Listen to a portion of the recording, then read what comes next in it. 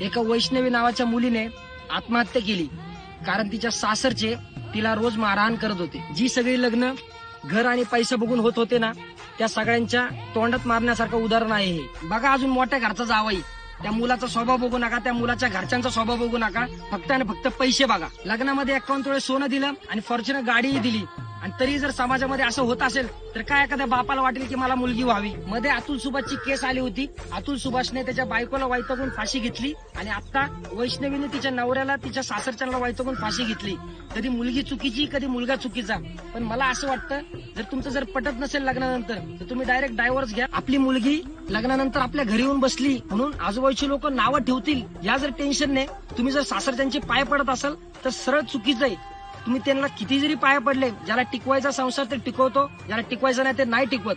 तुम्हाला सांगतो लोकांचा अजिबात विचार करू नका, आपली सोन्यासारखी पोरगी पहिलं घरी घेऊन या। लोकांचा मित्रांनो, तुमच्या पण आजूबाजूला असा एखादा अजगर आहे का? बघा, एक माणूस असतो, एक अजगराचं पिल्लू घेऊन येतो, त्याला पाळतो, त्याचं संगोपन करतो, त्याला लहानाचा मोठा करतो आणि काही दिवसानंतर ते अजगर आजारी असं त्याला वाटतं म्हणून तो त्याला एका जनावराच्या डॉक्टरांकडे घेऊन जातो, तो अजगराचा मालक। त्यावेळेस डॉक्टर त्याला विचारतात की याला नक्की काय होतंय। त्यावेळेस तो अजगराचा मालक सांगतो की डॉक्टर साहेब, आधी तर हा ठीक होता, खायचा प्यायचा व्यवस्थित माझ्या बरोबरच झोपायचा, पण आता बरेच दिवस झाले हा अर्ध्या रात्रीनंतर खूप गरम होतो, फुगतो आणि गर गर असा आवाज येतो आणि बरेच दिवस झाले आणि काही खाल्लेलंही नाहीये।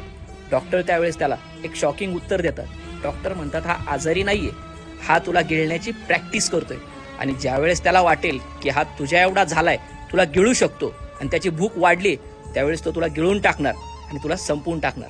मित्रांनो, आपल्याही आजूबाजूला अशी बरीचशी लोक असतात की त्यांना आपण पूर्णपणे जीव लावतो, आपली पूर्ण माहिती देतो, आपण त्यांना मोठे करतो आणि कालांतरानंतर ते आपल्यालाच गिळून संपवण्याच्या तयारीमध्ये असतात।